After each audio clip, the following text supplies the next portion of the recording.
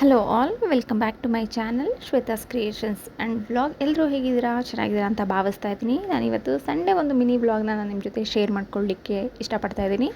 So ಏನಪ್ಪ ಅಂತಂದರೆ, ಕೆಲವೊಂದು ಸರಿ ನಾವು ಮಾಡೋ ಎಲ್ಲ ಅಡುಗೆನೂ ಕೂಡ ಚೆನ್ನಾಗಿರಲ್ಲ. ಒಂದೊಂದು ಸರಿ ನಾವು ಮಾಡೋ ಅಡುಗೆ ಕೂಡ ಟೇಸ್ಟ್ಲೆಸ್ ಆಗಿರುತ್ತೆ. ಆ ರೀತಿಯ ಒಂದು ಇನ್ಸಿಡೆನ್ಸ್ ನನಗೆ ಈ ವಾರದಲ್ಲಾಯಿತು. ಸೊ ಅದ್ರ ಬಗ್ಗೆ ನಾನು ತಿಳ್ಕೊಂಡಿದ್ದು, ಹಾಗೆ ನನಗನ್ಸಿದ್ದ ಒಂದು ವಿಷಯನ ನಾನು ನಿಮ್ಮ ಜೊತೆ ಶೇರ್ ಮಾಡ್ಕೊತೀನಿ.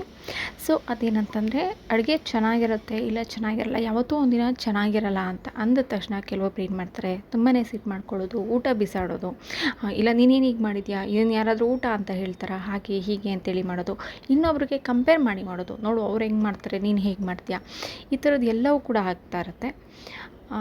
ನನ್ನ ಪ್ರಕಾರ ಊಟನ ನಾವು ಡೈಲಿ ಮಾಡ್ತೀವಿ, ಬೆಳಿಗ್ಗೆ ಸಂಜೆ ಮಧ್ಯಾಹ್ನ, ಇಲ್ಲ ಅಂತಲೇ ನಾವು ಆಚೆಯಿಂದ ಕೂಡ ತರಿಸ್ಕೊತೀವಿ, ತಿಂತೀವಿ.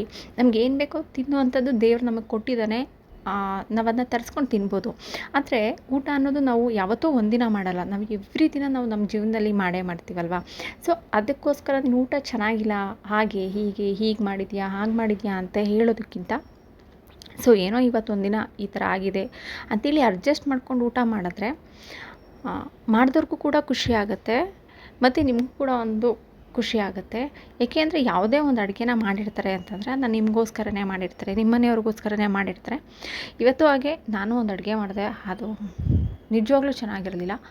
ಸೊ ಆದರೂ ಕೂಡ ಯಾವುದೂ ವೇಸ್ಟ್ ಆಗಲಿಲ್ಲ. ಅಂದರೆ ತಿನ್ನೋಕ್ಕಾಗಲ್ಲ ಅನ್ನೋ ಥರ ಏನಿರಲಿಲ್ಲ, ಕೆಲವೊಂದು ಎಡವಟ್ಟುಗಳು ಆಗಿರುತ್ತೆ. ಸೊ ಹಾಗಾಗಿ ಇನ್ಕ್ಲೂಡಿಂಗ್ ನನ್ನ ಮಗಳು ಕೂಡ ತಿಂದಳು. ಹಂಗಾಗಿ ನಾನು ಈ ವಿಷಯನ ನಾನು ನಿಮ್ಮ ಜೊತೆ ಶೇರ್ ಮಾಡ್ಕೊತಾ ಇದ್ದೀನಿ.